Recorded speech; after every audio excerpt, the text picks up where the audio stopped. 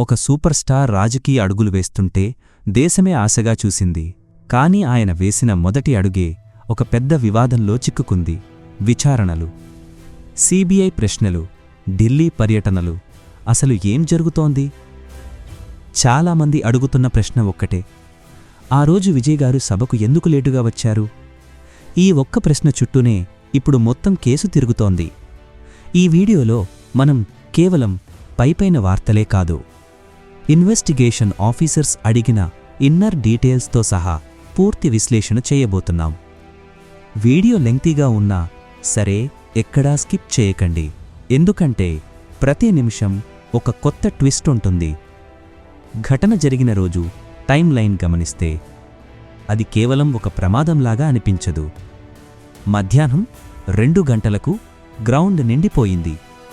10,000 మందికి పర్మిషన్ ఉంటే అప్పటికే 20,000 మంది వచ్చేశారు.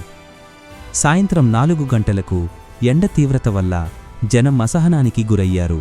తాగునీరు అందడం లేదనే ఫిర్యాదులు మొదలయ్యాయి.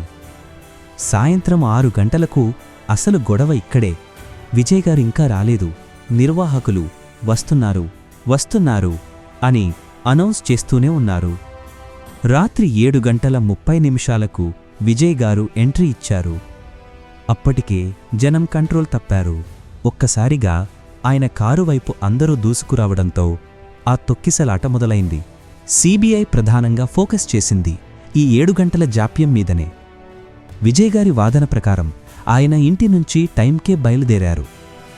కాని దారి పొడవునా వేల సంఖ్యలో అభిమానులు ఆయన కారును ఆపేయడం, పోలీసుల ట్రాఫిక్ క్లియరెన్స్ సరిగా లేకపోవడం వల్ల ఆయన కారు సెంటీమీటర్ల వేగంతో కూడా కదలలేదు. కాని ఇక్కడ విమర్శకుల ప్రశ్న ఏంటంటే, ఒక స్టార్ హీరోగా తనకి ఎంత జనం వస్తారో విజయ్ గారికి తెలియదా?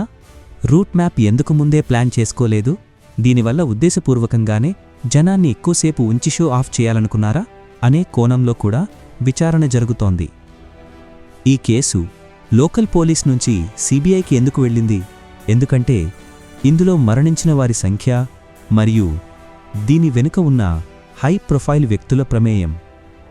ఢిల్లీలో జరిగిన విచారణలో సిబిఐ కొన్ని కఠినమైన ప్రశ్నలు సంధించింది. 1. మీరు సభకు చేరుకోలేమని తెలిసినప్పుడు కనీసం ఒక వీడియో సందేశం ద్వారా జనాన్ని శాంతపరచవచ్చు కదా, ఎందుకు చేయలేదు? 2. మీ ప్రైవేట్ సెక్యూరిటీ టీం జనాన్ని తోసేయడం వల్లే గందరగోళం మొదలైందని ఆరోపణలు ఉన్నాయి. దీనిపై మీ సమాధానం ఏంటి? 3. నిర్వాహకుల కుమీకు మధ్య కమ్యూనికేషన్ గ్యాప్ ఎందుకు వచ్చింది? విజయ్ అభిమానులు ఈ కేసును ఒక రాజకీయ కుట్రగా చూస్తున్నారు. పాయింట్ 1. విజయ్ పార్టీ పెట్టిన వెంటనే ఈ కేసు ఇంత వేగంగా కదలడం వెనుక ఉన్నది ఎవరు? పాయింట్ 2.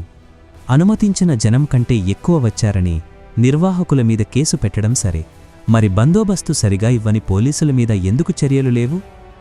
విజయ్ గారు ఇటీవల ఇచ్చిన స్టేట్మెంట్లో, నేను చట్టాన్ని గౌరవిస్తాను కానీ నన్ను అణచివేయాలని చూస్తే ప్రజలే సమాధానం చెబుతారు అని చాలా పరోక్షంగా హెచ్చరించారు. ఇది కేవలం ఒక ప్రమాద కేసు కాదు, ఇది రాబోయే ఎన్నికలకు ఒక రిహార్సల్లాగా మారిపోయింది. ప్రస్తుతానికి విజయ్ గారిని దోషిగా ఎక్కడా నిర్ధారించలేదు. ఆయన ఒక సాక్షిగా, విట్నెస్ మరియు పార్టీ అధినేతగా సమాధానాలు ఇస్తున్నారు. సంక్రాంతి సెలవుల తర్వాత మరోసారి విచారణ ఉండే అవకాశం ఉంది. ఒక విషయం మాత్రం నిజం, రాజకీయాల్లోకి రావాలనుకున్నప్పుడు ఇలాంటి సవాళ్లు సహజం. కానీ ఈ కేసులో పోయిన ప్రాణాలకు ఎవరు బాధ్యత వహిస్తారు? వ్యవస్థలో ఉన్న లోపమా, లేక ఒక వ్యక్తి క్రేజ్ వల్ల జరిగిన తప్పిదమా?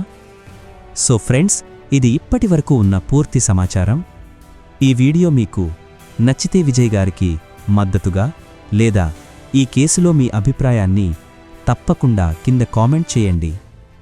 ఆలస్యమనేది ప్రమాదానికి దారితీసింది అనేది నిజం, కానీ ఆ ఆలస్యం వెనుక ఉన్న అసలు కారకులు ఎవరో దర్యాప్తులో తేలాల్సి ఉంది.